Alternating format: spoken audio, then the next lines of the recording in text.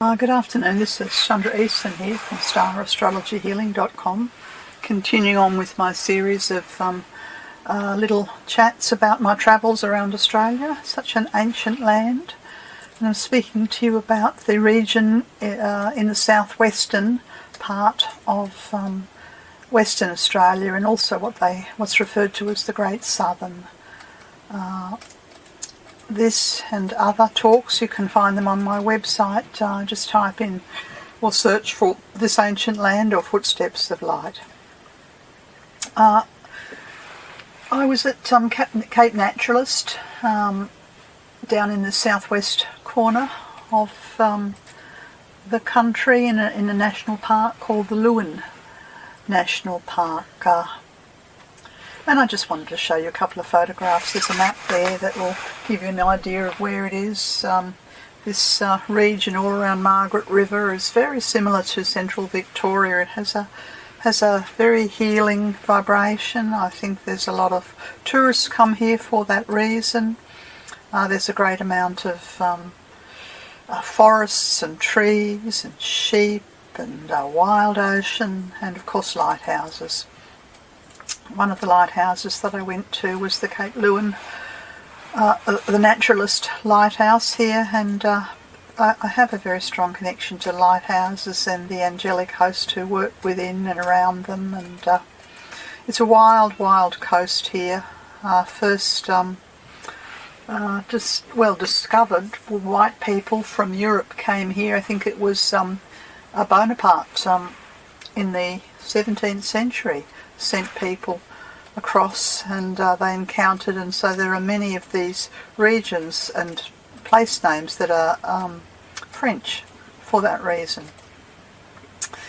One of the ocean rock pools that I went to was Ingenup, very wild place to get close to, and the rocks are very slippery, and the surf and the ocean breaks over the pool there, and of course just underneath this wild country of stone and rock are many caves. I think there's half a dozen, at least 4 main caves and a half a dozen caves excuse me, over 100 kilometres stretch between the two capes, between Cape Naturalist and all the way down to Augusta. So I went to the Nilgi Cave, which is up not far from south of Busselton and Bunbury, in an area called Yallingup. And the Noongar Wadani people have been here for 40,000 years, and the area known as the Lewin National Park was named after a Dutch trading ship, and this was sent out by Napoleon Bonaparte, scientific expedition in 1802. So I find that really interesting, the way I end up travelling. I've got a wonderful connection. I've always been extremely interested in Bonaparte, and I discover that I'm wandering in a part of the Australian continent where his ships were. And I've ended up at this place called Yallingup, and the Noongar people, the traditional people, the traditional owners of this region, their mythology speaks about fierce storms and mighty waves crashing upon the beach, and how Nilgi, who was the good spirit of the ocean and the spirit of the waves and the wind and the rain and the thunder and lightning, went to battle with a bad spirit called Walgoini, who once lived in the cave. And there's a whole story that goes with this, and eventually good wins out, and the people have the cave restored to them. And I think it was discovered around about the turn of the 20th century by some of the white settlers there, and you go down, I think it was more than 300 steps down. I find it really interesting because I went down about 350 steps into this cave of the good serpent, of the good spirit Nilgi, and a few days away from that I'd gone up about 350 steps up to the top of a lighthouse. So I was going down into the earth and up into the air. I've just got a few images here to show you of the stalactites and the stalagmites and It's very warm in this cave actually. They recommend that we leave all our jumpers and things behind because the oxygen levels are low as you go deeper into the cave. Quite beautiful. Calcite, I think they said it was, is the primary mineral. Yeah. And some of them seem to be slightly different. Some of them looked a little green, a little yellow, a little pink. Yeah, it's all incredibly beautiful. I think it took about an hour and a half to wander through, and I'll just show you this clip here of, I think I'd got to the deepest part of the cave when I took this little clip.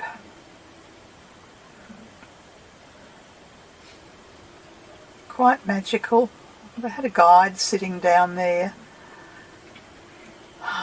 in the Nilgi Cave so that any tourists could ask questions, and yeah, quite beautiful all caves are. And I've just a couple of clips now. Some of those stalactites are very, very heavy. Yeah, you can get up quite close to them. Some of them seem to have light. They had special lights to highlight certain parts of the cave, and you can see the striations here in this particular image. Yes, you could almost be under the ocean, couldn't you? And this particular image here, it looks like the sort of the tooth of the earth. I think there was a sign somewhere that said that it was several ton. I don't remember how many, but several ton in weight. Absolutely huge. And this last little cute one here is of what they refer to as the jewel box. Yes, the jewel box is you sort of peer through into this little area where there's this sort of jewels of the earth. And then I think it was several days after that I drove a few hundred kilometres east into the Great Southern region, and not far from a town called Walpole I went to the Red Tingle Forest. You can see this map here that so I'd been over in the southwest in that left hand corner, and I came across to the area known as Denmark. Now I don't know why the region's called Denmark, but I have lots of Danish friends. I found that a little intriguing. Yes, and I found my way into the Red Tingle Forest, and as this bit of information speaks, it tells us that the trees grow up to 75 metres tall and up to 20 metres in girth. And you can tell that they're red tingles, they're eucalyptus, because they have large, often hollowed out bases. And the hollows are created by fungus and insect attack and fire. Yes, and it's very interesting to be in an area full of the rainforest. It was a bit of an overcast day. You can see this tree that's behind me here has been sort of hollowed out by fire to the point that you could quite comfortably stand inside there. Yes, and to start in this area I went across the treetop walk, and it was impossible to take photographs of the trees because they're so huge. I'd either get the top of the canopy of the tree or I'd get the base of it. And I think it might have taken a good half an hour to wander along this sort of walkway that gradually went up and up and up until eventually we were really up there, the top of the canopy, walking amongst these incredible guardian red tingle trees, guardians of the forest. Absolutely magical. A bit unnerving to walk along these walkways because other people walking on them cause them to bounce. They're like a suspension bridge. And you're a long, long, long way up. I don't know how far. They probably told me, but I can't remember. And I felt like I was just taking photographs of families, you know, of their hair, of their feet. And then when I came off the walkway, I entered into this other area, which they call the Ancient Empire. And this one you're walking on the ground, and the path meanders through the red tingle. There was some yellow tingle, and there were other she oaks as well. Yeah, and just the peace, incredible peace of the forest here. I hope you can feel it. This particular image here is taken from me standing inside a burned out, hollowed out trunk. Then I came upon one they refer to as the grandmother Tingle. And they said she's called the grandmother Tingle because she's so gnarled and wrinkled, and she has the appearance of a face. And they even refer to her as a gatekeeper and a matriarch. And of course that's exactly the energy that she had. Unfortunately, we're not able to sit or cuddle up against the trees because they were sort of behind. They need to protect, apparently their roots systems are quite sensitive, and so to stop people trampling them, there's a little bit of distance between us.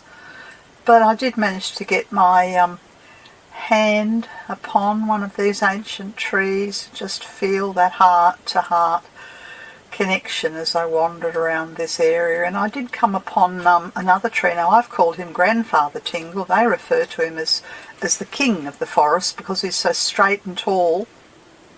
But I think you can see why, as far as I'm concerned, this is the grandfather. And you can see there I did manage to get a shot of how tall and imposing this incredible tree is. And they survive all kinds of things, you know, fire, and who knows, 400 years is kind of nothing in the scheme of things. Maybe they've been there a lot longer.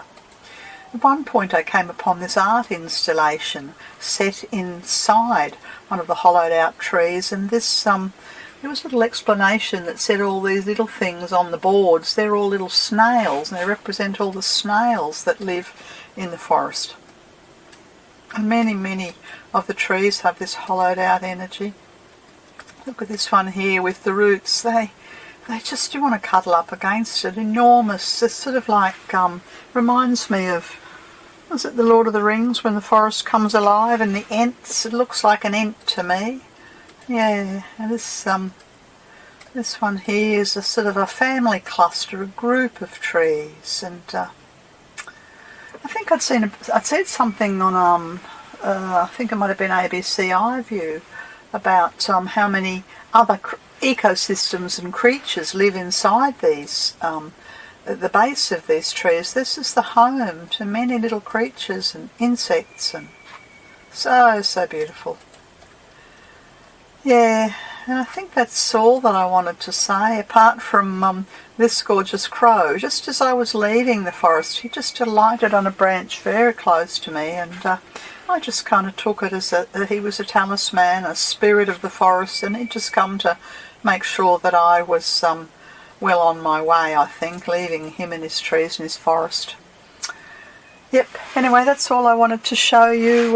Go to the website if you're interested in any of the other little travel talks as I've moved around Central Australia, the top end, the Kimberleys, all through Western Australia, and I'm slowly making my way back over east, as the locals say. That's all. Bye for now.